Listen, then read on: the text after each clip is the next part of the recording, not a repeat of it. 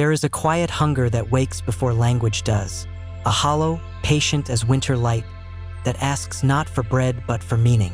We feel it first as a disquiet in the chest, a sudden question conjured by dusk or by the small death of routine. Why am I here? Why does any of this matter? That hunger is the oldest human inheritance, older than doctrine, older than tribe. It is the insistence of consciousness upon itself, the mind's urgent habit of knitting events into patterns and then demanding a why. In those first furtive moments, when the world is thin and thought lays itself bare, we become aware not simply of being alive but of being responsible for choosing what our lives will mean. Meaning is a strange chimera, partly a story we tell and partly a gravity that pulls us toward certain acts and away from others. It is simultaneously an explanatory map and an emotional anchor. At one level, meaning explains. It arranges facts into a narrative that makes the past intelligible and the future plausible. At another, meaning steadies. It baptizes our tiny choices with worth that resists entropy, as if a life that is understood will not dissolve into the indifferent dark.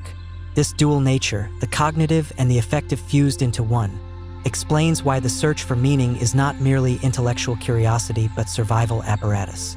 We want to feel that our suffering and our joys are threaded into something larger, for otherwise the scale of loss would crush us. But the world offers no guarantee. Impermanence is the only universal law. Things die, loves erode, institutions decay, bodies, even ideas, fray. This ceaseless erosion makes the search for meaning both urgent and precarious. Urgent because we crave a moat against oblivion, precarious because any meaning we build rests on foundations that will one day crumble. The tension between this craving and impermanence creates the central drama of modern interior life. We invent meanings, roles to inhabit, projects to complete, relationships to anchor us, and yet every invented meaning is a provisional scaffold. Each scaffold asks a question in return. Do you accept contingency as the condition of living meaningfully? Or will you attempt to forget fragility by clinging to illusions of permanence? To live with this tension is to stand at the border between individuality and community. The individual, in modern imagination, is a sovereign being with private inner life, a locus of unique narrative. Community, by contrast, asks for surrender of privacy, yes, but more importantly of narrative control. Joined to others, we inherit a shared story, a repertoire of rituals and values that constrains and comforts. The individual's longing for authenticity, the wish to feel uniquely seen and to author one's own life, often collides with the community's need for cohesion. That collision is not merely social friction. It is existential friction. It is the push and pull of two deep human needs, to be distinct and to be held. Loneliness is the first price paid when that friction becomes disequilibrium. Authenticity, if pursued without regard for relations, narrows the possibility of belonging. Community, if pursued without regard for selfhood, flattens the personality into a role or a dutiful script. Between these extremes lies a precarious terrain where creativity and conflict both flourish. Creativity arises because the individual, restless and alone, must invent meanings that do not yet exist in collective lore. The artist, the scientist, the rebel, they are the lonely ones who, driven by dissatisfaction, craft new narratives and, in doing so, expand the community's imagination. Conflict arises because these nascent meanings often threaten established orders. They carry the power to redefine who we are. Thus, loneliness can be the raw material of cultural renewal, even as it is the seedbed of deep suffering. What is loneliness but the mismatch between the self you are and the world available to recognize you? It is not simply being solitary. It is the sense that your inner architecture, your fears, your delights, the pattern of your longing, finds no counterpart in the vocabulary of those around you. In that dissonance, we feel invisible, and invisibility is a particular kind of cruelty because it singles out existence for negation. Yet loneliness also distills the self. When the world refuses to reciprocate, what remains is a thinner, truer core, habits of mind, a clarity of perception, a sharpened taste. Many philosophies have noticed this paradox. Solitude can be both exile and crucible.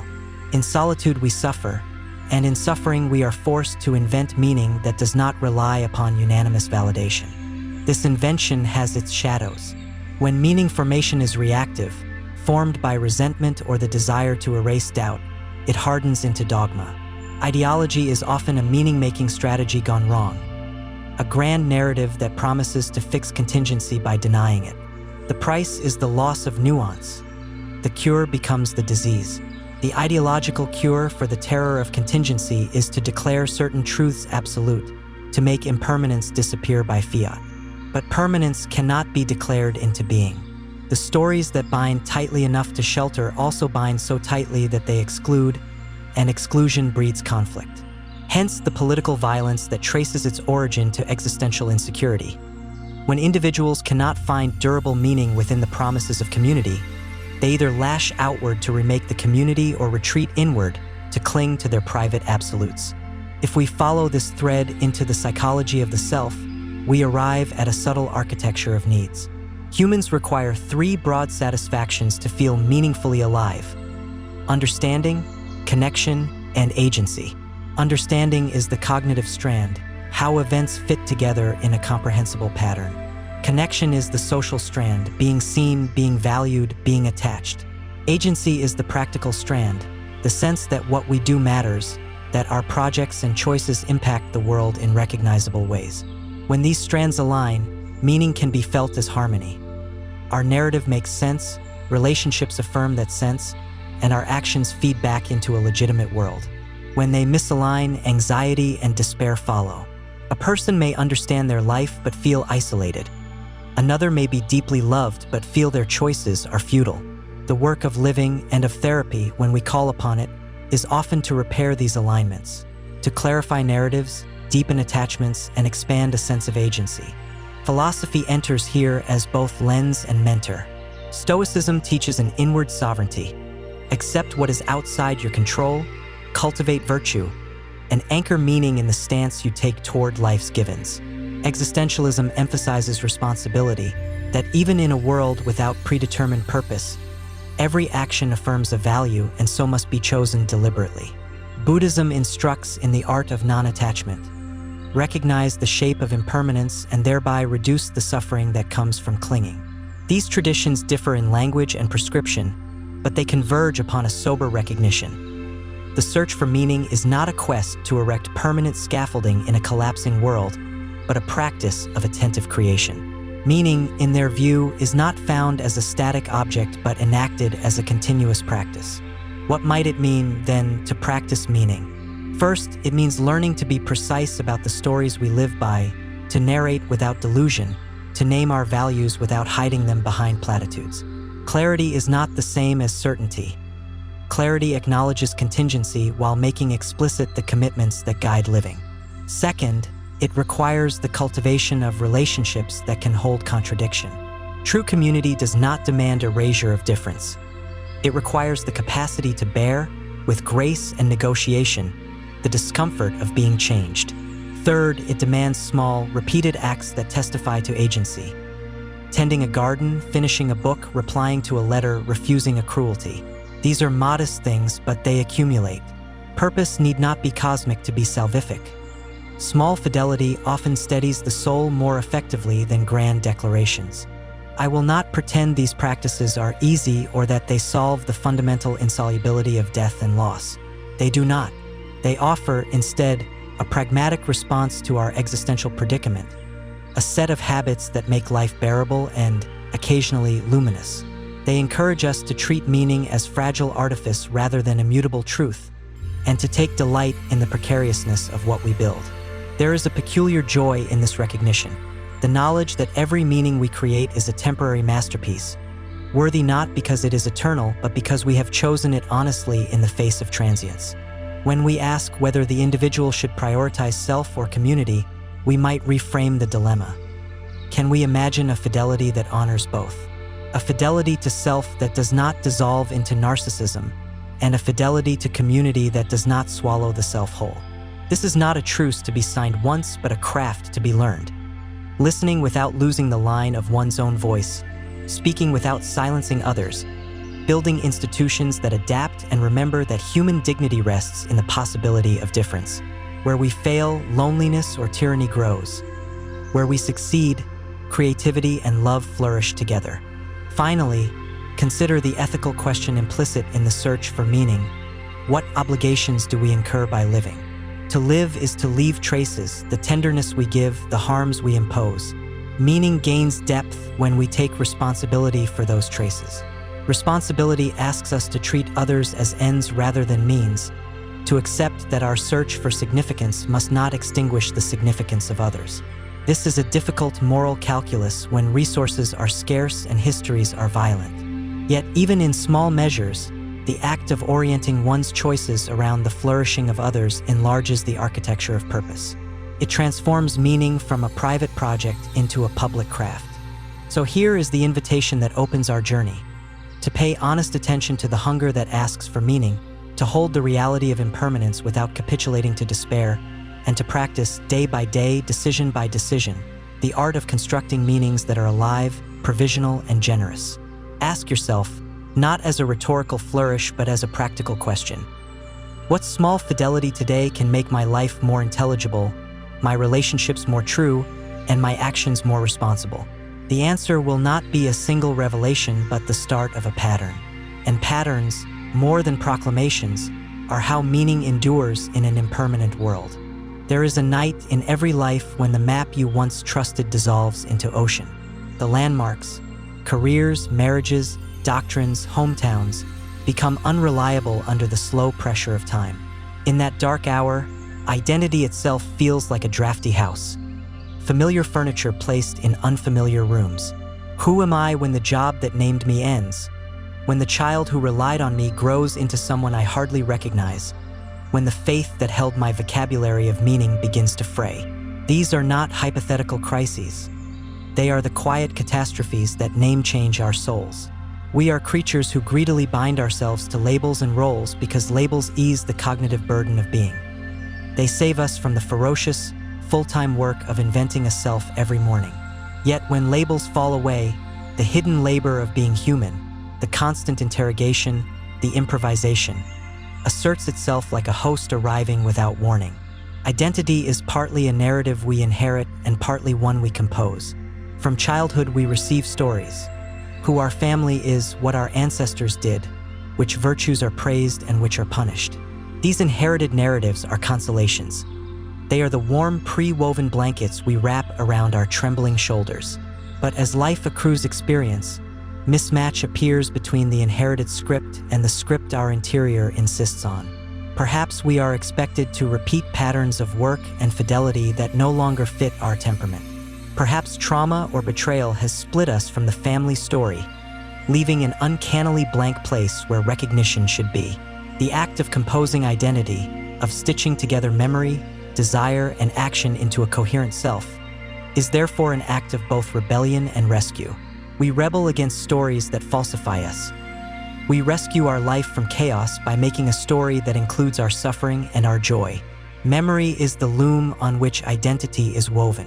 But memory is not a faithful recorder. It is an artist that retouches and recomposes. We edit, amplify, omit, and dramatize. This creative falsification is morally and psychologically complex. On the one hand, the mind's capacity to reframe trauma into a survivable narrative is adaptive. On the other, the same capacity can anesthetize us against accountability or truth. What do we owe to the past, to accuracy, to pity, to restitution? There is no simple answer, but there is a practice worth cultivating: the discipline of curious remembrance. Instead of rehearsing a single heroic or victimized telling, we can learn to hold multiple recollections at once, to allow memory's edges to blur in service of complexity. Ask yourself, what parts of my story have I lionized to avoid shame? Which parts have I buried to avoid pain? What would happen if I practiced curiosity with my own past, inviting dissident memories to speak without immediate condemnation? Trauma casts a particular shadow on meaning-making. It ruptures expectation. It produces a world in which cause and effect feel random and malevolent. Trauma can steal the sense of time, making the past painfully immediate and the future obscure. Those who have suffered often ask not only why me, but why would meaning exist at all if this can happen? The therapeutic response is not to supply a tidy explanation, there often is none, but to restore the possibility of narrative coherence through small acts of integration. Telling the story in the presence of a trustworthy listener is itself a repair.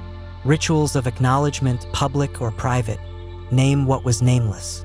They reconnect the torn thread between what happened and what one has become. How can we build these rituals? They need not be grand. A written confession without intent to punish, an hour set aside to write the chronology of events with dispassion, a ceremony that honors loss and the ongoingness of life. The point is not to erase suffering, but to place it within a narrative that allows for agency after injury. Creativity is often a compensatory answer to psychic dislocation. When roles are outgrown and institutions fail to recognize emergent selves, art and invention become ways to assert existence. The solitary person with a notebook, the restless coder, the impassioned activist, they are saying to the world, in one way or another, I will make a thing that acknowledges me. Creativity is thus both an affirmation and an accusation. Affirmation because it confirms an inner truth. Accusation because it implies that existing orders are insufficient. Yet the creative act is also a bridge. It offers material to the community that may, in time, reshape collective recognition. Consider the painter whose work reconfigures how a society sees a class of people, the scientist whose theory rewrites a field's understanding, the storyteller who refuses to allow certain voices to remain unseen. Loneliness seeds these projects, yes, but the projects, when shared, alleviate loneliness by altering the world that once failed to recognize the self. The tension between individuality and community tightens when the stakes are moral. Communities are not neutral containers. They prescribe values and models of flourishing. To inhabit a community is to adopt certain ends, often implicitly. But what happens when the moral horizon of the community diverges from the individual conscience? When collective rights demand complicity in harms, or when communal loyalty requires the erasure of inconvenient truths, the individual faces a painful bifurcation. Do you stay for the sake of belonging and thus become complicit? Or do you leave and risk isolation for moral clarity? History is full of exemplars on both sides. The whistleblower driven into exile by conscience, the loyalist who keeps company even when the company is corrupt. Both decisions exact price. Both are intelligible moral responses. The question is not which is universally right, but how individuals can cultivate the moral imagination to choose with integrity and to bear the consequences. This is where education, not merely cognitive instruction but moral and narrative education, becomes crucial. To navigate the trade-offs between self and community, we need models of reflective loyalty. Practices that teach people how to interrogate their commitments without immediately abandoning them, how to negotiate change rather than explode relationships, how to repair when harm has been done. We can teach people to hold complexity, to love a community and yet critique its failings, to cherish tradition while being willing to revise it. These are skills more intricate than any technical training, and yet they are fundamental to meaning-making in a social world. Another quiet mechanism that sustains or corrodes meaning is comparison. In an age flooded with models of success, comparison becomes the thief of contentment. We measure ourselves against curated lives and lose sight of the particularity of our own values. Social comparison corrodes agency. If meaning is defined as what others esteem, then our actions become performative, seeking external validation rather than internal coherence. The antidote is the deliberate cultivation of standards that reflect one's deeper commitments rather than the market's metrics. Ask, whose approval matters and why? Which of my aims are truly mine, and which have been adopted because they are legible to others? Reorienting the compass from external praise to internal fidelity is not narcissistic self-indulgence. It is the recovery of the condition necessary for authentic meaning. There are practical habits that help stabilize identity without ossifying it into dogma. One is narrative practice, regularly telling and retelling one's life in a manner that integrates change. This is not grand autobiography, but steady accounting, journals, conversations with a mentor, intentional reflection after major events. The second is commitment to projects that are long enough to resist impulsive change but flexible enough to be revised. Long projects, a relationship, a career, a body of work, create temporal depth in which meaning can mature. The third habit is cultivating communities that prize growth over purity. Groups that welcome dissenting voices, that assume fallibility, and that treat belonging as a negotiated, living thing. These communities require robust norms of listening, apology, and repair. They are not utopian. They are work. Yet there remains an existential question that nags beneath every practical solution. Is meaning something we discover that was latent in the world, or is it something we create ex nihilo? The history of philosophy gives different answers. Some traditions imagine meaning as immanent, woven into the fabric of the universe and waiting to be discerned. Others, braver perhaps, insist that meaning is made, a fragile construct of human invention. Practically, the distinction matters because it informs how we respond to loss. If meaning is discovered, losing a loved one feels like losing a piece of an objective puzzle. If meaning is created, the same loss invites a painful but liberating opportunity to recompose the puzzle into a new picture. Both perspectives invite humility. Even if meaning is discovered, our capacity to discern is fallible. Even if meaning is created, the world exerts constraints that shape and sometimes break our designs. Finally, there is a deeper discipline that ties identity and community together: the practice of bearing witness. Bearing witness is more than observing. It is enacting presence in a way that validates another person's existence. When we bear witness to suffering, to joy, to confession, we affirm that the other's life matters. This is the simple kernel from which communal meaning grows. To be witnessed is to be seen into being. To witness is to grant being. It requires patience, attention, and the humility to sit with stories that unsettle us. What would our institutions be like if bearing witness were a central civic practice? If schools, workplaces, and families were designed to create spaces where people could be heard without immediate remediation or judgment? Such practices would not eliminate loneliness, but they would make it less catastrophic by knitting the solitary fibers of experience into a shared cloth. Ask yourself, then, when the map dissolves, what tools do you carry for redrawing it? Are your tools sharp enough to cut away what no longer fits and supple enough to sew new patterns? Do you have witnesses for your life, and do you practice witnessing others? The answers to these questions do not settle the larger metaphysical puzzles, but they do determine how we live between falling and repair, between the ache of loss and the slow art of recomposition. There are moments when meaning arrives not as a thunderclap but as a small, precise cut, the kind of incision that lets light into a dark place and hurts so you notice it. These moments are usually disguised as ordinary events: a child's laugh that shifts the geometry of a day, the sudden silence after a long argument, the slow unwinding of grief that finally permits you to name the truth you had been avoiding. What these small cuts reveal is that meaning is not only about the grand narrative, but also about the architecture of attention. What we attend to, and how we shape that attention, sculpts which things become significant and which slip into the background like unlabeled dust. Attention is the artisan of meaning. It decides which details will be stenciled into the fresco of our lives. Consider the psychology of attention today, a world amplified by networks that compress time and multiply voices. The mind, tasked with sorting a surfeit of claims for importance, becomes anxious and distracted. In such conditions, the currency of meaning is not merely value but scarcity. What we choose to notice becomes precious because our capacity to notice is finite.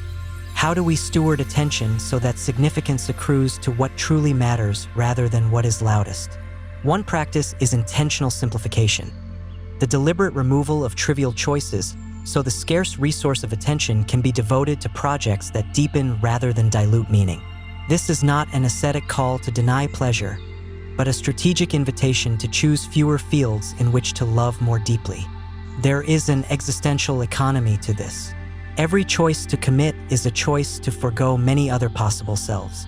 We are offered an infinity of lives in imagination and a handful in actual practice. Anxiety often arises from the perceived cost of committing, the fear of missing out on better versions of oneself. Yet paradoxically, depth requires limits. The craftsman who masters a skill does so by refusing many alternative activities and returning again and again to the same practice. The same holds for meaning. Depth arises from repetition and the accrual of small truths over time. The question becomes not whether to sacrifice options, but which sacrifices will produce a life you can inhabit with integrity when you are old and memory becomes the steward of meaning. There is a moral psychology here that is often neglected. Commitment shapes character. To promise and to keep a promise, even small ones, is to train the nervous system in reliability. Agency is exercised in the repetition of faithful acts. Someone who tends a garden for years cultivates more than produce. They cultivate patience, humility, and an embodied sense that cause and effect, however slow, can be trusted. These are the virtues that anchor meaning long after novelty has evaporated. How might you design your days so that small, repeatable acts accumulate into a life that feels coherent? The answer is both practical and philosophical. Choose projects that allow you to fail and to return, that are both demanding and forgiving, that reward process as much as outcome. Relationships form another crucible. We often think of connection as emotional chemistry. Sparks, compatibility, mutual delight, but the deeper work is institutional. The structures and rituals that sustain love beyond infatuation. Rituals are not mere ornaments. They are cognitive scaffolds that externalize commitment. Saying good morning each day, keeping a weekly check-in, creating a tradition of apology after conflict. These are ritualized promises that translate intention into habit. They immunize relationships against the slippage that time produces. What rituals could you introduce that make your commitments legible both to yourself and to those you love? Design, experiment, repair. Let ritual be a living language that grows and adapts rather than a fossilized liturgy. At the level of the mind, there is a set of practices that ameliorate the cruelty of contingency. Cognitive reappraisal, the deliberate reinterpretation of events to find a redeeming frame, is not cheap consolation but a psychological tool with measurable effects on well-being. It does not fabricate meaning. It facilitates the mind's capacity to weave loss into a narrative that includes growth. Gratitude is another tool, not because it negates suffering, but because it expands the portfolio of attention toward what remains intact or has been gained. Yet gratitude must be honest. Forced gratitude that slaps a veneer over injustice is itself a cruelty. The finer practice is appreciative inquiry, asking what is good in the midst of difficulty, and then allowing that goodness to expand the field of meaning without denying harm. We cannot talk about meaning without confronting transcendence, that sense that one's life participates in something larger than the self. Transcendence comes in many coats: religious devotion, aesthetic absorption, the feeling of being carried by a cause, the bodily surrender in athletic flow. Viktor Frankl called it self-transcendence, a movement beyond oneself toward a value or a person. There is robust evidence that transcendent experiences, however brief, restructure priorities and soften the tyranny of self-interest. Yet transcendence is not a permanent refuge. Like all human states, it is temporary. The wise person learns to cultivate small transcendent practices: immersive reading, reverent attention to nature, purposeful service, that can be called upon repeatedly rather than waiting for the rare bolt from the blue. Meaning also has a social currency. We validate one another by reciprocal recognition. But recognition is fragile because it can be withheld or distorted. When institutions, workplaces, media, civic life misrecognize people, individuals can respond by withdrawing or by creating parallel worlds of recognition that may be healing or corrosive. The rise of subcultures and online communities testifies to both possibilities. They can provide sanctuary and purpose, but they can also calcify identities around grievance.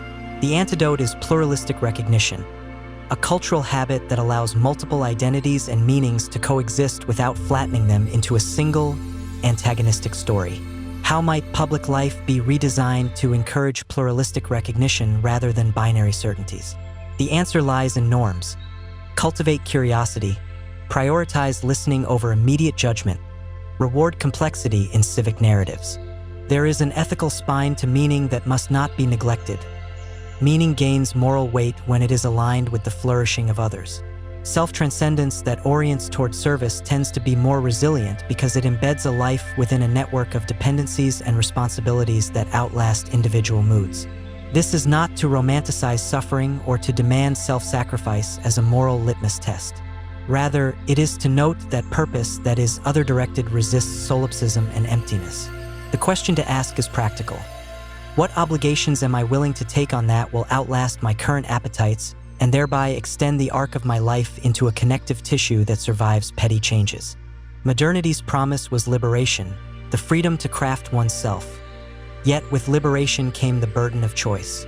Freedom without structure can be a cruelty because it leaves the chooser unmoored.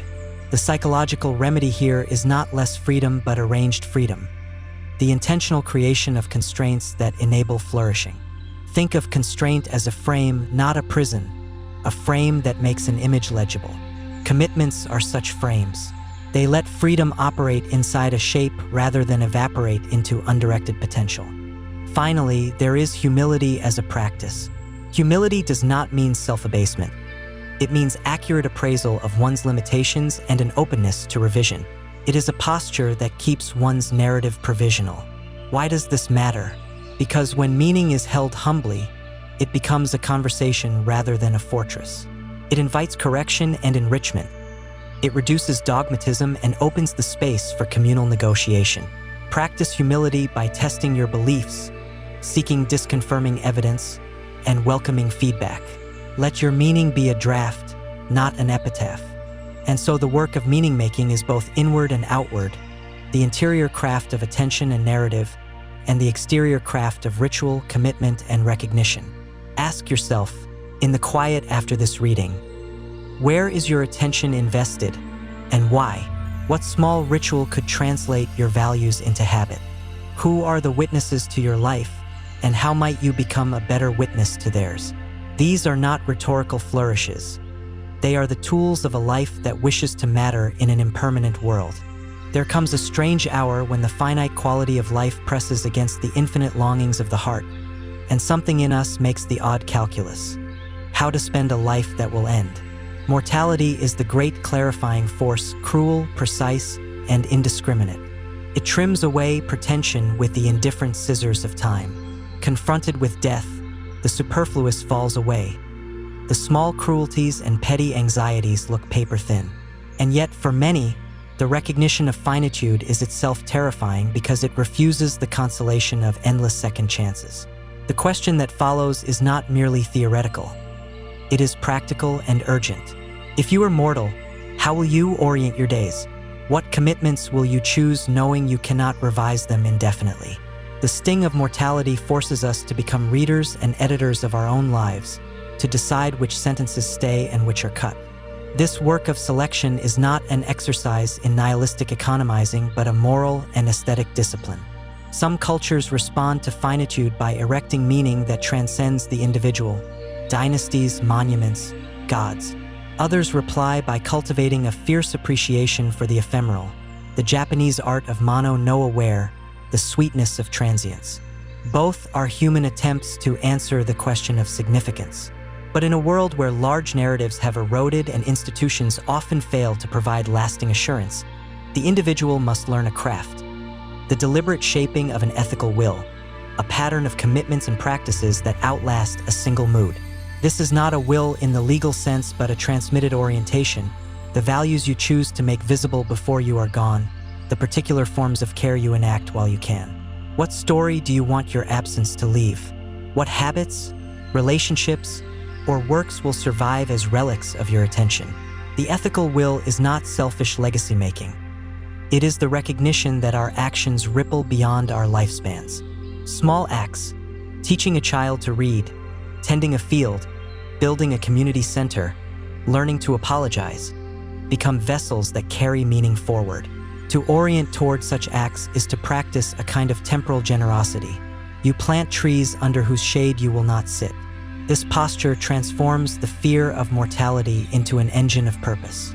It asks us to consider which projects we are willing to inhabit that require patience, persistence, and the acceptance of delayed fruit. What seeds are you willing to plant that you know you might never see ripen?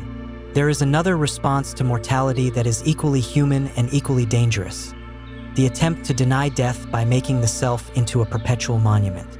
We see this in the compulsive accumulation of status, in lives expended for reputation that must be constantly policed and defended. The paradox is that in trying to create permanence, we often produce brittle structures that cannot bend to pain or error.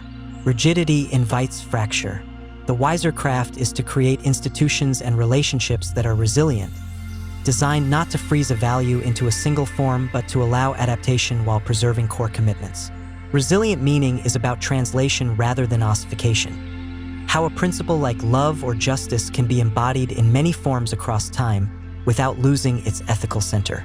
At the scale of societies, the question of collective memory and how we remember the past is central to meaning. Nations and communities assemble stories about themselves that either heal or deepen old wounds. Memory can be curative when it is honest, when it owns harm and seeks repair. Memory can be corrosive when it is selective, used to sanctify some and demonize others. The ethical practice here is the work of historical truth-telling paired with rituals of restitution and inclusion. Truth without repair is a wound reopened. Repair without truth is a bomb that hides infection. Restorative practices, truth commissions, community dialogues, reparative policies are not purely political acts. They are meaning-making exercises. They reconfigure the narrative of who belongs, who was harmed, and how shared futures can be constructed. What would public life look like if civic institutions treated memory as a moral resource to be stewarded rather than an argument to be won? Forgiveness occupies a fraught place in this terrain. It is often mischaracterized as forgetting or as a cheap absolution granted by the powerful. Real forgiveness is neither oblivion nor resignation. It is a disciplined, ethical stance that can be genuinely restorative only when the wrongdoer acknowledges harm and when structures exist to prevent recurrence. Forgiveness designed to expedite social comfort without accountability is a moral counterfeit. But when paired with transparency and repair, forgiveness becomes a creative force. It loosens the bind of revenge, opens space for new relations, and allows meaning to reform around shared future-making. Where is forgiveness appropriate, and where is it a betrayal of justice? The honest answer is complicated, dependent on context, power asymmetries, and the possibility of genuine change. But refusing to name this complexity is itself a moral failure. The politics of meaning is not a sideshow to personal life. It is its stage.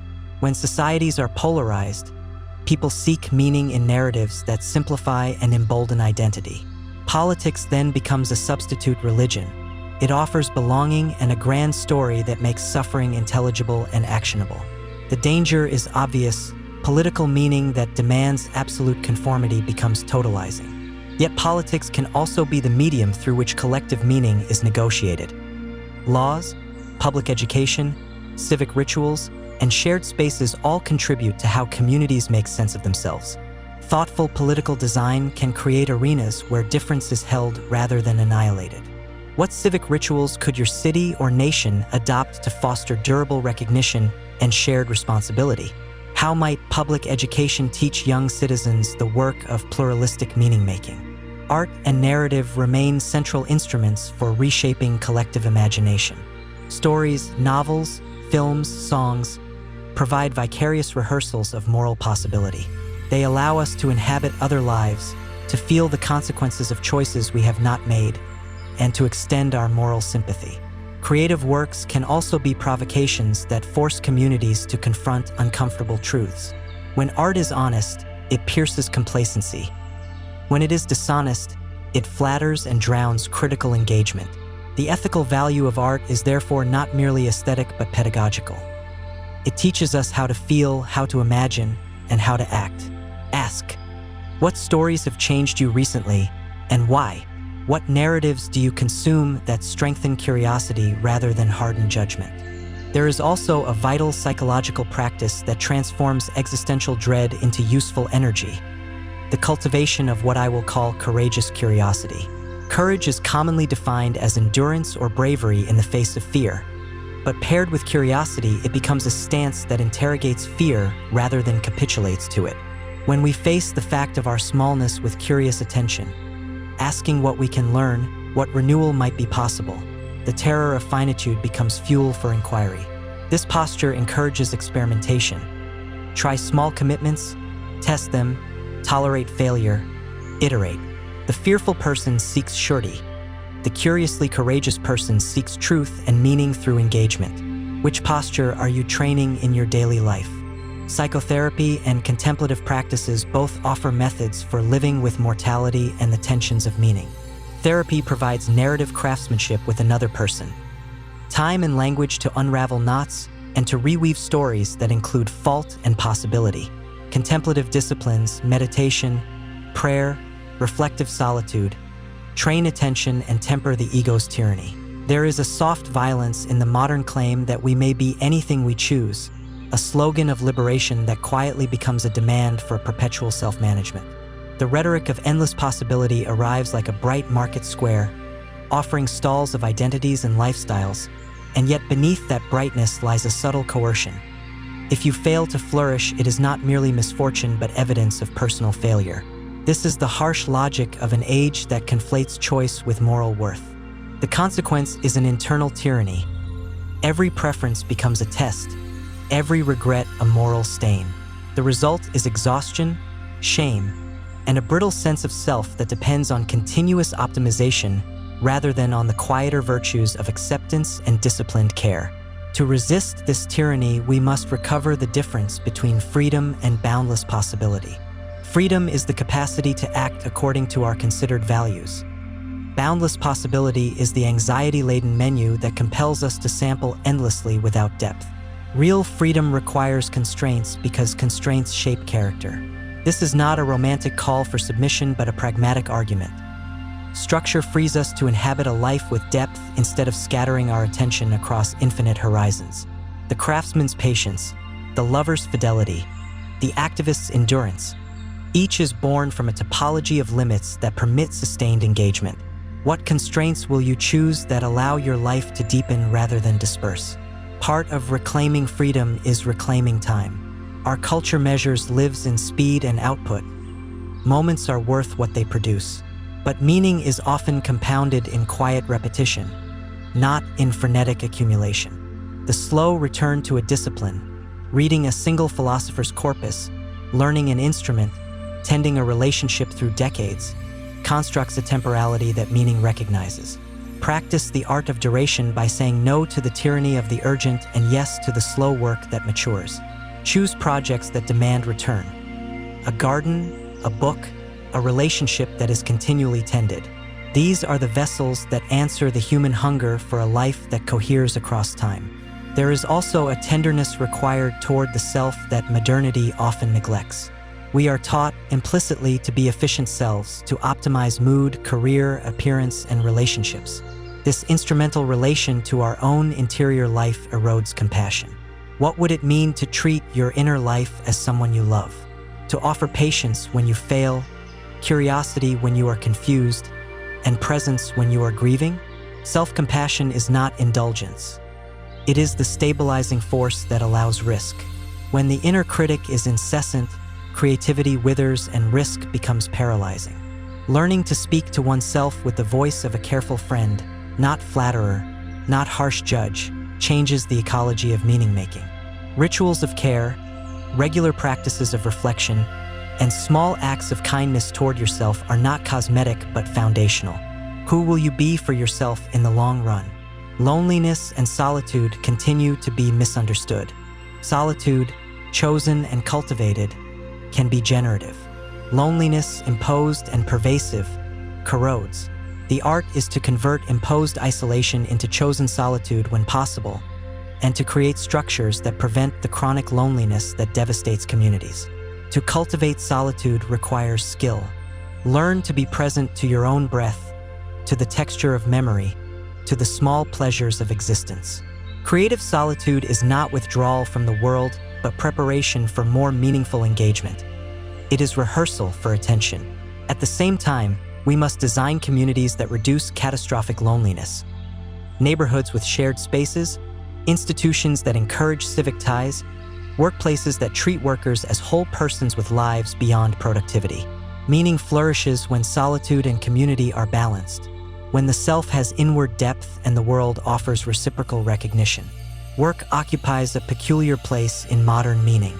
For many, it is the primary arena where competence, recognition, and social ties intersect. Yet work has been transformed by market logic into a machine that extracts value from life rather than a domain that cultivates flourishing. The remedy is not necessarily to escape work, but to reorient toward work that is meaningful in a deeper sense. Work that allows mastery, contributes to others, and offers clear feedback about the consequences of one's labor. If your current job lacks these elements, cultivate project-based meaning outside of paid labor. Volunteer, apprentice, create a side project that aligns with your values. And for organizations, reimagine workplaces as moral communities that foster dignity. Predictable schedules, humane expectations, opportunities for growth, and recognition that people are not cogs but persons. How might you redesign your relationship to work so that it becomes a source of meaningful identity rather than a hollow measure of value? Creativity and play deserve special mention because they are often miscategorized as frivolous. Play is a form of epistemic exploration, a way to discover new patterns, to test identities, and to practice failure in low-stakes environments. Play reconnects us with curiosity, the engine of meaning. Encourage a culture of experimentation in your life. Allow time for projects that may not yield marketable outcomes but that stretch imagination. Art is not always a vocation. It can also be the practice through which we keep our hearts supple. The paradox is that when play and curiosity are cultivated without the pressure of productivity, they frequently yield the deepest forms of meaning precisely because they are less encumbered by ego-invested outcomes. Another way to fortify meaning is to practice ritualized gratitude with precision. Gratitude is not merely an attitude but a technology, a set of practices that recalibrate what we notice. Regular, specific gratitude, naming one precise thing each day that mattered and why, shifts attentional habits. It creates a ledger of small goods that, over time, forms an alternative account to the marketplace's metrics. Precision matters. Say not, "I am grateful for my family," but "Today I am grateful that my sister called and listened without fixing my problem." Specificity trains the mind to see the granular textures of goodness. When gratitude is paired with action, returning favors, cultivating reciprocity, it becomes a normative force that strengthens relationships rather than a private palliative. There is also a spiritual intelligence relevant to meaning that need not be religious. Spiritual intelligence involves an orientation toward depth, a capacity to tolerate mystery, and a recognition that life contains dimensions not reducible to rational calculation.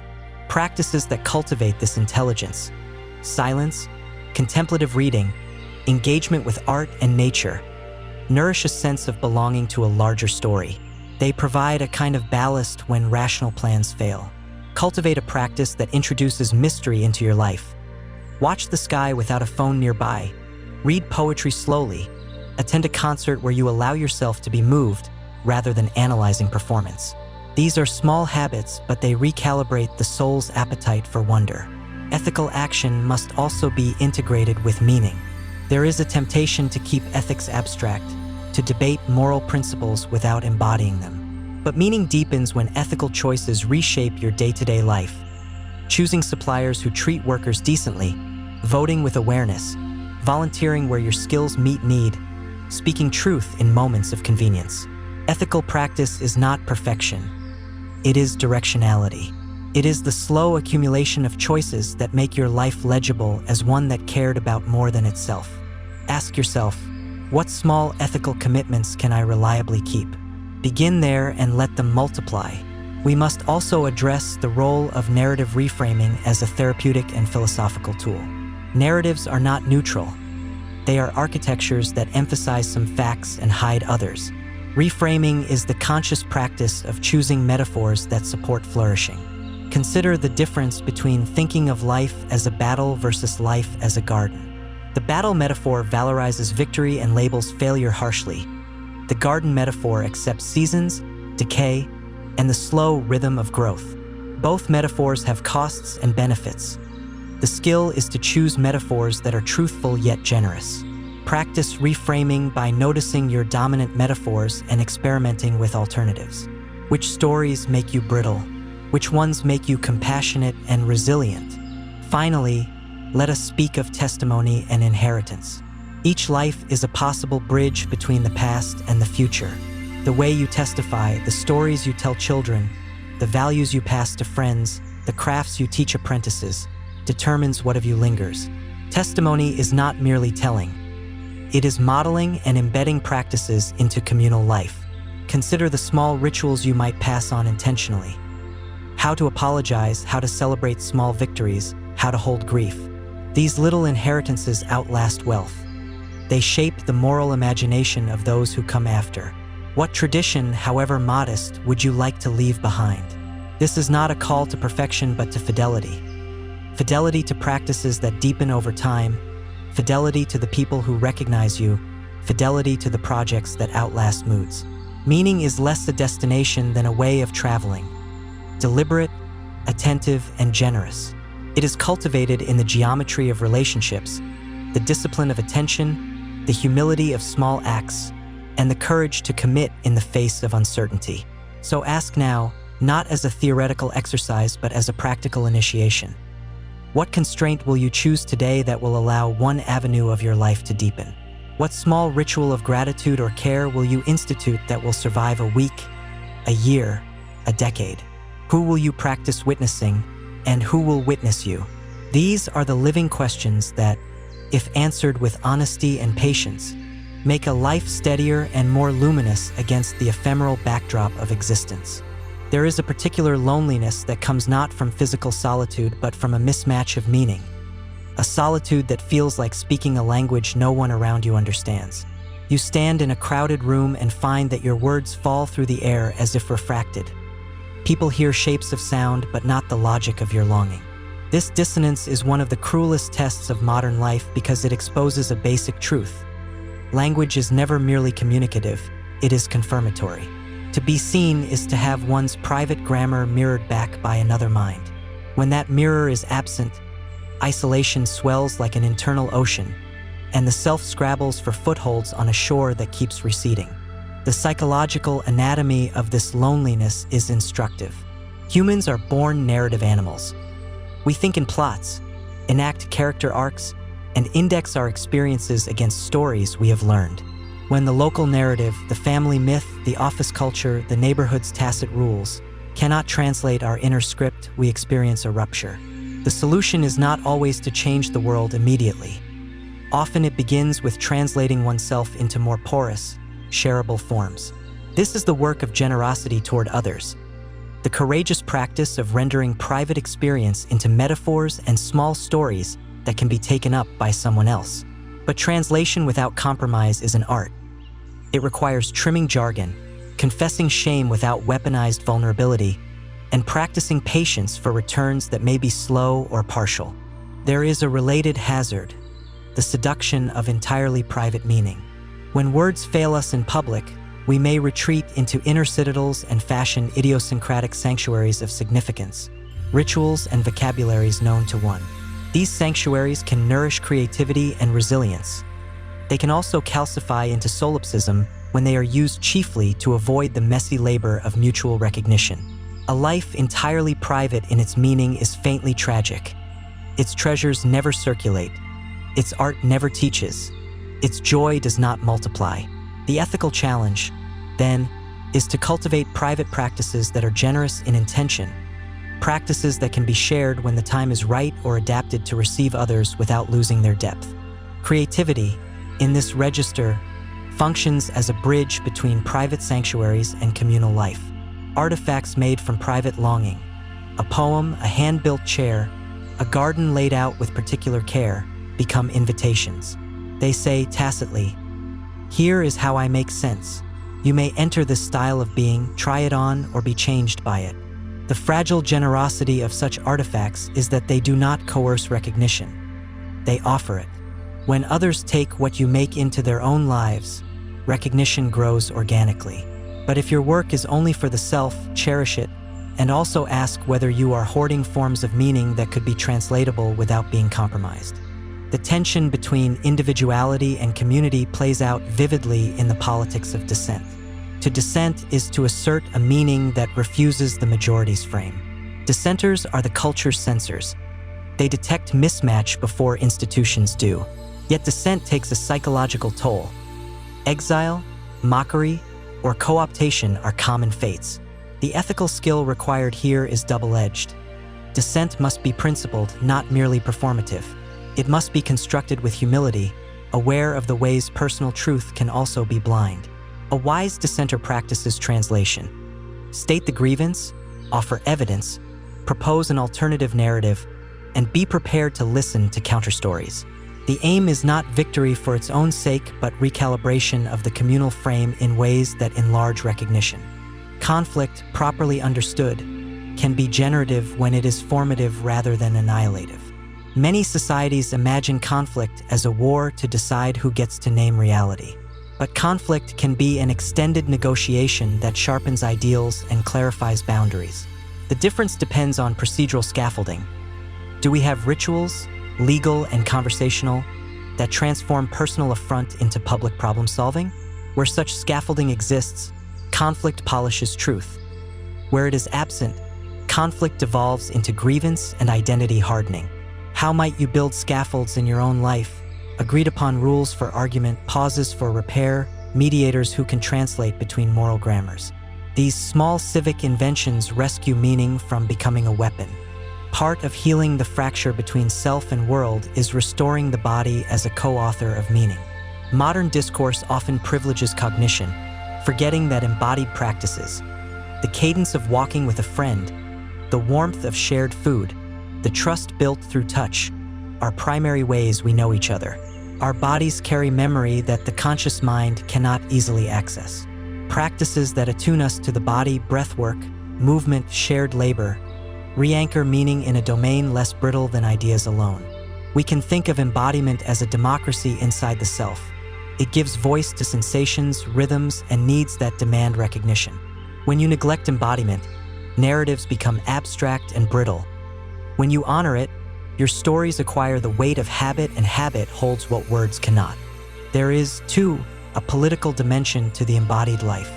Public spaces designed for shared physical life, parks, markets, workplaces with humane rhythms, increase the likelihood of serendipitous recognition.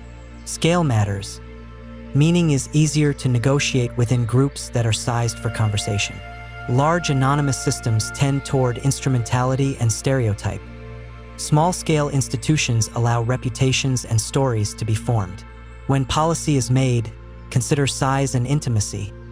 What structures encourage people to encounter each other as persons rather than roles? Design civic life so that the body's presence matters. Make the city bedside to conversation and the workplace hospitable to life rather than an annex of the production line. Another therapeutic axis is humility toward narrative closure.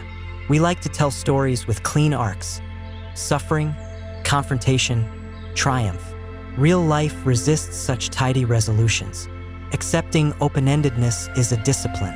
It requires the willingness to live with ambivalence, to hold more than one truth at once, and to let some questions remain without immediate answers. This tolerance for not knowing strengthens curiosity and reduces the coercive rush to certainty that breeds dogma. Cultivate practices that let a question sit. Keep a notebook of unresolved questions, schedule recurring times to revisit them, and invite trusted others to share the space of uncertainty without demanding resolution. This communal toleration of ambiguity is itself a form of recognition. It tells people they are allowed to be incomplete. Attachment theory offers another deep resource for understanding the individual-community tension. Secure attachments, relationships where emotional responsiveness is reliable, create a safe base from which people can explore and return.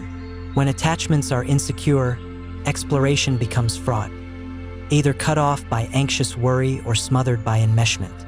The path toward secure relatedness is not magical. It is mundane and persistent. Show up, apologize when you harm, forgive where repair is possible, and keep promises small enough to be kept. These micro-practices build trust, and trust is the social infrastructure of meaning. Who in your life functions as a secure base for you, and for whom are you a secure base? The reciprocity of these roles is what knits individuals into communities that allow both difference and belonging. Meaning also deepens when we deliberately expose ourselves to narratives that complicate our moral imagination. Read writers who frighten your certainties. Sit with friends whose lives challenge your prejudices. Attend rituals that are foreign to you and notice what they do to your attention. Moral education is not mere doctrine. It is a curriculum of exposure. The mind expands not by seeking comfort, but by tolerating the cognitive dissonance that precedes growth. And growth requires friends who will disagree without disowning you. Companions who are not allies by convenience, but partners in a shared project of moral enlargement. Finally, compassion toward strangers is an underrated technology for enlarging meaning. Small acts of attention to people who will never return the favor, a word to the tired clerk, a patient explanation to a stranger, a moment of dignifying eye contact, create a social ecology in which individuals feel seen beyond their immediate circles. These acts do not solve systemic injustice, but they do create ripples of recognition that can accumulate into cultural norms. Practice random acts of dignifying attention and notice how your own sense of belonging shifts. The outward turn is not only moral, it is a pragmatic means of creating a world where private meanings have better chances of being reflected. Ask yourself now, where are you linguistically stranded, and what small translations could make your longing shareable? Whose meaning do you need to witness with patience, and who needs your witnessing? What embodied practices could anchor your narratives in habit and habit in community? These are the urgent, practical questions that move us from isolated longing to the messy, beautiful business of living together, of inventing languages and rituals that let singular lives echo into communal songs. There is a fragile architecture beneath every decision we call moral, a silent scaffolding of habitual impulses, cultural scripts, and private experiments in rightness. Most moral life is not enacted in grand gestures, but in the quiet, almost invisible choices that structure our days. Whether to answer a difficult email with patience or with scorn, whether to interrupt to help a stranger or to keep walking, whether to tell the awkward truth or to preserve comfort. These small moral acts secrete like sediment. They build character and, over time, they carve the riverbed of a life's meaning. If you look closely, you will see that meaning and morality are braided, one shapes the other. The life that feels meaningful tends to be the life whose moral textures are consistent with its declared story. Conversely, moral dissonance is an acid that eats away at felt significance. When we say we value compassion but practice indifference, the mismatch corrodes the narrative we live by. This is not to moralize in a simplistic way, but to notice a deeper economy. Every practice of attention, generosity, or restraint is a vote cast for the kind of person you will become. Our habits are stealthy architects. They design the silhouette of character before conscious intention fully awakens. This is why ethical self-craft matters. It is not only about being right, it is about reliably shaping a person who can be trusted by themselves and by others. The project of ethical formation is both internal, the slow training of impulses, and external, the deliberate structuring of environments that make virtue easier and vice harder. What rooms have you arranged for yourself? What people do you daily inhabit? The architecture of your life invites certain kinds of habits and excludes others. There is a peculiar consolation in remembering that moral growth is incremental. The scenes of sudden conversion we romanticize, the hero's instant revelation in a novel, are rarer than the slow accretion of practice. Moral becoming often looks like repetition. The small apology repeated after repeated errors, the patient listening that outlasts conversational restlessness, the daily choice to notice rather than to dismiss. Such repetition is not dull. It is a diligent artistry. What feels tedious now may be the kiln in which your heart is hardened into steady compassion. The question worth asking is not whether you are virtuous today, but whether you are being apprenticed to virtues by your practices. Community supplies both opportunity and risk in this apprenticeship. A community that values honesty will make truth-telling easier. One that prizes status will make humility costly. So much of the moral life is ecological. Virtues flourish in environments that match them. This suggests a pragmatic route for change. Alter the ecology. When people complain about failing to be kind, the solution is rarely exhortation. It is getting them into contexts where kindness is expected, taught, and rewarded. Design matters. Seek or build communities that cultivate the habits you admire. And if you cannot find such a community, become the modest seed of one. Start a small group that meets to practice difficult conversations, reading, or mutual accountability. Little ecosystems can become nurseries for generous souls. Another axis of meaning concerns the quality of our commitments. Commitment is paradoxical because it limits freedom but enlarges identity. To commit is to say yes to a future that will shape you by constraint. Those constraints, however, are not merely external. They are constitutive. The person who stays becomes someone whose identity is threaded through the commitments they honor. This insight reframes our cultural anxiety about missing out. The cost of commitment is the price of depth. The courageous life chooses limits in order to be known by itself. How might you choose less so that what remains can be loved more thoroughly? We must also attend to the shadow side of commitment, the way some commitments calcify into idols. Loyalty can become ossified when it refuses revision in the face of new evidence. To hold a commitment blindly is to make it an idol that consumes rather than supports. Wisdom here is precarious. Cultivate steadiness without becoming impervious to truth. Keep commitments, yes, but also practice periodic reappraisal. Interrogate whether the ends you serve are still worthy, whether the methods you employ remain humane, whether your loyalty is sustaining or consuming. This reappraisal is not betrayal. It is the ongoing care of fidelity. Forging meaning in relation to others demands a capacity for covenantal speech, language that binds. Vows and promises are linguistic technologies that translate intention into expectation. A promise given is not a mere expression of desire. It is a formal act that creates moral obligation. We often treat promises casually because our culture privileges immediate authenticity over durable reliability. Yet promises are scaffolding for trust. To repair a culture of promissory slippage, begin by making small promises that are easy to keep and keeping them. The small promise that multiplies is worth more than a grand vow that disintegrates under pressure. What promise can you make this week that will, if kept, expand trust in a small circle of people? The ethics of attention returns here. To pay attention is already a moral act. It imputes worth to the attended thing. When you listen without planning your response, when you notice the edges of another person's sorrow, when you slow down enough to recognize the dignity of an ordinary human, you are doing ethical work. These acts are low in drama but high in consequence. They are the quiet transactions through which the social fabric is woven. Consider your calendar and your phone. Both are moral technologies insofar as they structure attention. Put boundaries around your devices. Permit your schedule to include unstructured presence. Attend without agenda. You will be astonished by how much moral capital accumulates from such small interventions. Meaning is also shaped by how we bear grief. Grief, when acknowledged and witnessed, becomes a teacher rather than a disease. Modern reflexes often try to sanitize grief, to hurry past it with cheer or to privatize it into pathology. The deeper response is to ritualize grief. Create practices that allow sorrow to be spoken, staged, and metabolized. Public lamentations, private journals, yearly remembrances. These are methods by which loss is integrated into story. The shape of grief also teaches us about limits. It clarifies what we loved, what we valued, and what we must rearrange in our ongoing commitments. How do you grieve? Do you have companions for grief? Or is sorrow forced into solitude? The presence of ritualized mourning is a measure of a community's moral health. We cannot avoid the question of suffering as a source of moral and existential deepening. Suffering that is gratuitous and meaningless crushes.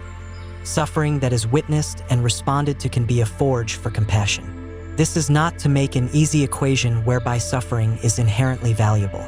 Rather, when suffering is acknowledged and used as a ground for care, it becomes a point of connection. The practical task is to analyze suffering in the social scale. Who bears disproportionate suffering? How can structures be changed so that pain is neither normalized nor exploited? Moral imagination must scale from the individual salon to public policy. It must move from the bedside conversation to the design of institutions that either alleviate or amplify pain. And what of beauty? Beauty is sometimes dismissed as mere aesthetic luxury, but it functions as a moral tutor. Beauty arrests attention and enlarges possibility. It reorients the will toward wonder and care. When you stand before a great painting or a simple wildflower and let it humble you, your sense of self softens and your capacity for generosity can expand. Beauty is not a superfluous ornament. It is an ethical technology that cultivates reverence. Create beauty in small ways. Tidy your space, cultivate plants, play music thoughtfully. These acts are moral insofar as they structure inner life to receive the world with generosity. Finally, there is a perennial, practical question that keeps returning like a tide. What do you want your life to answer when time asks it? This question is not metaphysical so much as formative. It compels you to set a horizon, however modest, against which to judge daily choices. The horizon need not be grandiose. It may be the desire to be a reliable friend, a careful parent, a teacher who shapes curiosity, or a neighbor who reduces loneliness. Give your life a few simple answers. Let them be practical and testable. Then live in such a way that your daily acts can be read as evidence for those answers. Ask yourself, which small practice, devotedly kept, would most alter the shape of your moral life?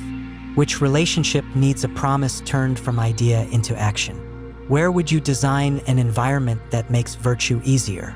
These are not idealistic prescriptions but pragmatic experiments. Tiny alterations in the scaffolding of your days that will slowly, inexorably, craft a life whose meaning is true not because it is static but because it is performed, revised, and witnessed across time. There is a subtle tyranny that often masquerades as connection. The prescription that every life must be legible, optimized, and performative in order to be valuable. In such an order, the self becomes an exhibit, and meaning is what can be displayed, liked, and scored. Yet the deepest fabric of meaningful life resists being flattened into measurements. Meaning grows in textures that algorithms do not see.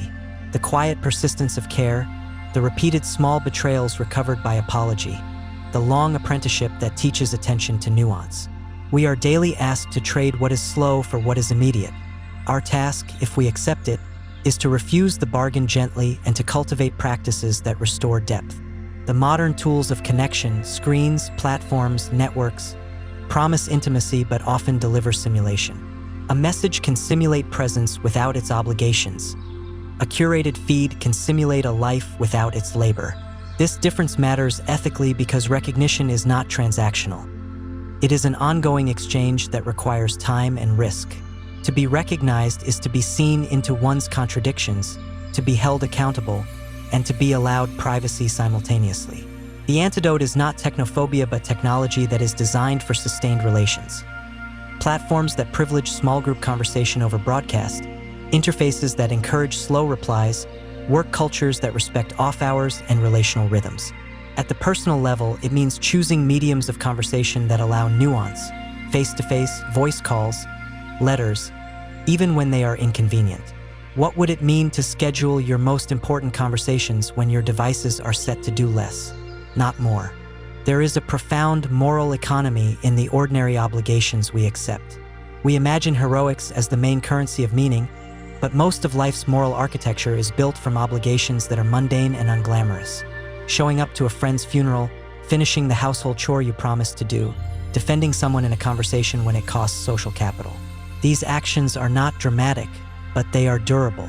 They create reputations of trust, weave networks of reciprocity, and shape the moral weather in which deeper meanings can be cultivated. If you want a life that matters, tend the small obligations like a garden. They will outgrow grandiose gestures in their cumulative effect. Intimacy is a work of both vulnerability and boundaries. Too much vulnerability without boundaries leaves both parties exhausted. Too many boundaries without vulnerability produces isolation. The art of intimate life is to calibrate disclosure so that it invites recognition without demanding repair that the other cannot offer. In practice, this means learning the languages of different relationships. Some people can carry confessions.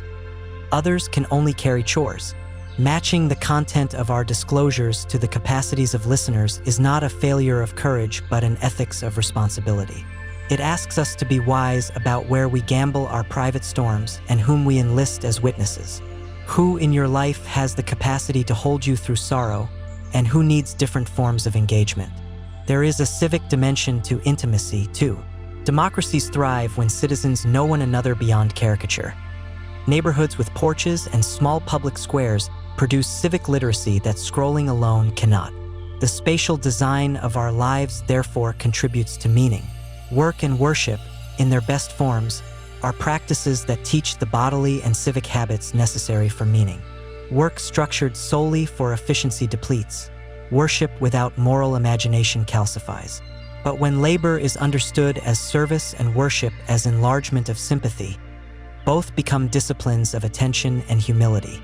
They teach us to subordinate immediate desire to longer frames, to learn that competence is built by repetition, and that the soul grows not by novelty but by the loyal pursuit of worthy ends.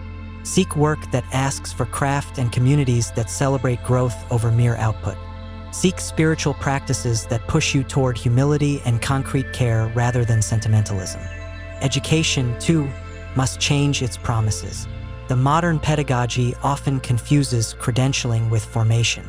Schools that teach critical thinking, moral imagination, and habits of attention offer a truer education for meaning than curricula that merely prepare for jobs. A robust education trains students in narrative competence, the ability to tell and revise their life stories, and in relational competence, the ability to listen and to bear witness. Imagine schools that teach the art of apology, the discipline of keeping a journal, the practice of public deliberation. These are not small skills. They are the scaffolding for a citizenry capable of sustaining shared meaning. We must also take seriously the distribution of meaning as an issue of justice. Those who live under structural precarity, poverty, discrimination, lack of access to healthcare or education, are robbed of the freedom to pursue depth. Meaning requires a basic material substrate: time, sleep, safety, and a small surplus of resources. To speak of meaning solely as an interior project in a society that fails to provide these basics is to moralize poverty. Social policy, then, is not a side note but an essential neighbor to the ethics of meaning. When we craft institutions that reduce arbitrary suffering, we enlarge the field in which meaning is possible for more people. There is, finally, a spiritual humility that must ground all meaning-making, an admission that not all questions will be resolved in our lifetime, and that some answers are collective and iterative. This humility is not despair but a practical realism that can release the pressure to have a finished narrative. It invites us to be midwives of meaning rather than owners of it, to assist the emergence of practices, institutions, and relationships that hold people across generations. You may not complete the work, but you can make indispensable small interventions. Teach someone to repair a roof, start a reading group, stand with a neighbor when they are shamed, create a yearly ritual that remembers those who were forgotten. Meaning in an impermanent world is therefore less a fixed object than a living craft, one that requires attention, courage, and an array of social technologies.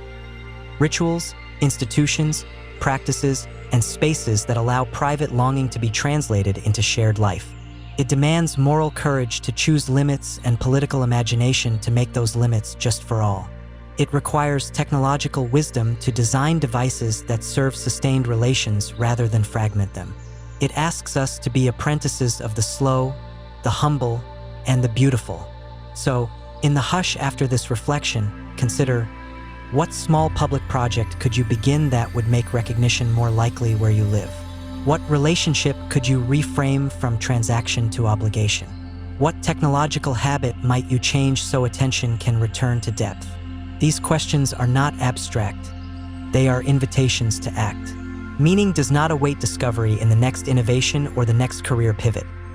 It is composed in the repeated, ordinary acts through which we create a world that can return our lives to us as something seen, acknowledged, and shared.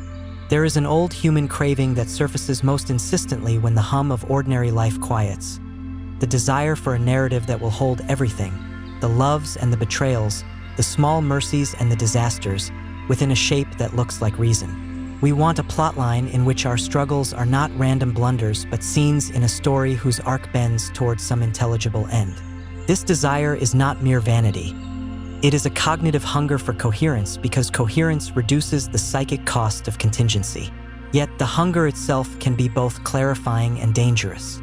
When we insist that our lives must fit a tidy plot, We may force experience into a frame that eats nuance and silences counter-evidence. The wise practice is to cultivate narrative dexterity, the capacity to hold a working story lightly, to revise it, and to admit that some chapters will remain incomplete. One of the cruel ironies of modern life is that the more options we have, the harder it becomes to choose a life we can live with. Paradoxically, abundance multiplies uncertainty. It causes us to live as if we were perpetually auditioning for possible selves rather than inhabiting the one we have chosen. This auditioning produces a peculiar moral distress. We judge ourselves not by fidelity to a chosen horizon, but by the imagined excellences of unlived alternatives. The remedy here is not to reduce possibility across the board, but to practice elected scarcity, deliberately choosing fewer aims and focusing on them with a tenderness that resists comparison. This is not renunciation of ambition. It is the cultivation of a soil deep enough for roots to anchor. Which aim will you water this season? Not in theory, but in daily acts. There is an ethical psychology to smallness that needs more attention. Our culture treats scale as morally enhancing: bigger projects, larger audiences, louder platforms, but scale is not a moral measure. A life that cares for one child, that restores one street, that feeds one neighbor, can be as morally powerful as a life that changes institutions. The invisible architecture of meaning is built from small jurisdictions of responsibility. The bedside, the classroom, the small business, the neighborhood association. These are the places where the moral imagination is practiced and where the reciprocity that sustains communities is learned. When ambition forgets these localities, it becomes abstract and brittle. How might you reorient your sense of significance from scale to intensity, from the number of people reached to the depth of contact with those you reach? We must also reckon with the economies of attention that modern institutions cultivate. Attention is not merely a psychological capacity. It is a social resource that institutions can either squander or cultivate. Schools that demand multitasking, workplaces that reward constant availability, media that monetize outrage. All of these extract attention and convert it into profit while leaving the attentional commons impoverished. Reclaiming attention is therefore an act of social repair. It involves creating institutions and personal practices that protect contemplative space. Advocate for meetings without screens. Establish family rhythms that honor undistracted evenings. Teach children the practice of focused play. These are small policy choices with large moral effects. What boundaries will you put in place that protect your capacity to attend? Forgiveness and accountability form a delicate braided cord in the work of communal life. Too often we treat them as alternatives rather than complementary practices. True accountability is not punitive spectacle, but a structured process that seeks truth, offers repair, and restores dignity where possible. True forgiveness is not a demand for forgetting, but an ethical stance that permits the reintegration of the repentant. Communities that develop clear pathways for both, truths told, harms repaired, commitments renewed, are less likely to ossify into cycles of revenge or into cultures of denial. How might an organization you care about institute procedures that invite both honesty and repair without theatrical humiliation? Creativity is an answer to loneliness that deserves its own ethics. It is not only the production of beautiful objects, but the generous act of translation. Translating private pain into forms that others can inhabit. Translating lonely longing into invitations for shared recognition. But creativity can also be corrosive when it becomes the sole ground of identity, a refuge that refuses accountability. The ethical creative life balances solitude with publicness, work with feedback, stubbornness with teachability. Make room for criticism that is not merely evaluative but curious. Seek interlocutors whose, if the whole of this conversation has been a slow drawing of a map, then this final movement is not an arrow to a single summit but a gentle closing of a compass. Reorientation rather than arrival. We have traced hunger and solace, the push of individuality and the pull of community, the way loneliness breeds both cruelty and creation, the ways institutions can wound or heal. Here, at the book's end, the task is not to announce a definitive answer. There is none, but to gather the threads into a set of practiced inclinations, to offer a final choreography for living with earnestness in a world that will not be stilled. Meaning, we have seen, is neither a thing to be found in a single act nor a prize to be won by cleverness. It is a practice, an apprenticeship in attention, a set of rituals and small fidelities that, day by day, accumulate into a life that can be read back with dignity. The practical heart of the matter beats in 3 movements that I return to here because they hold, like a tripod, the field on which the rest can stand: clarity of narrative, fidelity of practice, and generosity of relation. Clarity of narrative does not mean certainty. It means telling the truth about what you value and why, and being willing to revise that telling in the light of evidence and compassion. It is the refusal to live by slogans or scripts borrowed unexamined from markets or mobs. Practice narrative clarity by naming the commitments that matter to you in sentences you can actually defend in conversation. By keeping a journal in which you tell your story with curiosity rather than with the goal of flattering yourself. By practicing the discipline of rephrasing losses not as proof of cosmic malice, but as data for new decisions. Ask yourself, what story do I habitually tell when I want to explain my life, and which parts of that story have I never allowed anyone to question? The courage to be interrogated is the courage to be human. Fidelity of practice is the beat that turns desire into character. It is made of the ordinary. The small apologies, the promises kept, the weekly phone calls, the unfinished drafts returned to, the plants tended even in fatigue. Fidelity resists the tyranny of endless possibility by offering a sacrament of return. Choose constraints that make depth possible. A handful of projects to love, a set of duties you will not abandon in the face of novelty, a few rituals that mark transitions and thereby make continuity legible. This is not asceticism for its own sake. It is the economy of love. When you commit with eyes open, you buy yourself the rare commodity of sustained meaning. If you are unsure where to begin, choose one small project: a gardening of skill, a letter written every week, a pledge to apologize when you fail, and attend to it for a year. You will be surprised how wide a life can become from such modest roots. Generosity of relation is the public currency of private meaning. Meaning solidifies when it becomes visible in the lives of others. It dissolves when hoarded. Generosity is not merely giving what you have in abundance, but enlarging the very terms of the table. Listening without immediate judgment, being a reliable presence in small tasks, defending someone when it costs you reputation, designing institutions and routines that allow others to be seen. Practice generosity by building scaffolds of recognition. Start a local ritual of remembrance. Make space in your week for an elder who needs company. Write one honest letter to someone who shaped you. The moral imagination is expanded by giving and receiving witness. We become legible to one another through these acts. Philosophy and psychology converge in a final set of practical prescriptions that I offer not as iron rules, but as experiments worth trying in the laboratory of your life. First, cultivate the twin disciplines of attention and translation. Learn to notice precisely and to render private experience into forms others can apprehend. Do not confuse being understood with being agreed with. Offers of recognition will sometimes be declined. Yet the act of translating is itself a generous invitation into conversation. Second, practice bounded vulnerability.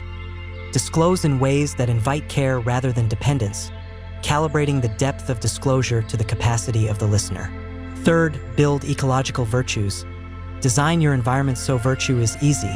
Keep spaces for quiet, practices for apology, norms for repair. Fourth, make time a moral resource. Refuse to let the trivial occupy the hours that could be devoted to a few deep loves. Fifth, accept mortality as an active teacher. Let the finitude of life sharpen choices rather than dull them. Plant seeds you will not live to harvest and learn the peculiar joy of temporal generosity. At the social scale, adopt a civic posture that treats memory and recognition as public goods. Advocate for schools that teach narrative competence, for workplaces that honor human rhythms, for neighborhoods that make serendipitous encounter possible. Remember that justice and meaning are intertwined. Without a baseline of material security, the work of crafting a life that matters becomes a luxury. Support the practices and policies that reduce needless suffering and create the temporal surplus for reflection and service. This is not merely philanthropy. It is prudence for a society that wishes to sustain meaning across generations. There will be moments when these practices fail you, when betrayal, loss, or illness unravel what you have woven. Do not be surprised. Impermanence is not a glitch, but the condition under which meaning must operate. In those moments, return to the craft. Bear witness, name the grief, keep one small promise, and let community hold you even if imperfectly. Radical patience toward yourself and toward others is one of the most subversive acts in a culture that prizes speed and judgment. Finally, inhabit humility as a daily posture. Humility does not ask you to shrink. It asks you to see accurately, to accept that your story is provisional, your view partial, your moral vision incomplete. Humility opens you to correction and to the strange felicity of being surprised into growth. It makes room for others to matter, and in that room, meaning is shared and multiplied. So here is the last question I will leave with you. Not a test, but an invitation to begin. What one small fidelity could you adopt now that would, if kept, alter the shape of your life a year from today? Name it, keep it, tell someone about it so that your promise is witnessed. Let your life become a gentle succession of such promises, and you will find that purpose is less a distant star and more a series of lamplit stops on a road you choose to walk. We do not conquer impermanence. We learn to be its artists. We make and remake and sometimes lose and sometimes find anew. The search for meaning is not a problem to be solved once, but a practice to be honored. If you carry nothing else from these pages, carry this: that meaning is not a fortress against loss, but a way of living that makes loss intelligible. That your life, in its fragile particularity, matters because you repeatedly decide that it does, and that those decisions, the small promises, the patient rituals, the acts of witnessing, are the only lasting monuments we can build in a world that will forget us. Go then as a careful maker of meaning. Ask curious questions. Love with constraint and abandon in equal measure. Keep promises small enough to be kept and large enough to alter a heart. And when the day comes that you must pass on your story, pass it as a practiced craft. Not a doctrine to be enforced, but a set of hands that show how a life was lived. The world will be imperfect and impermanent. Still, it will be gloriously worth shaping.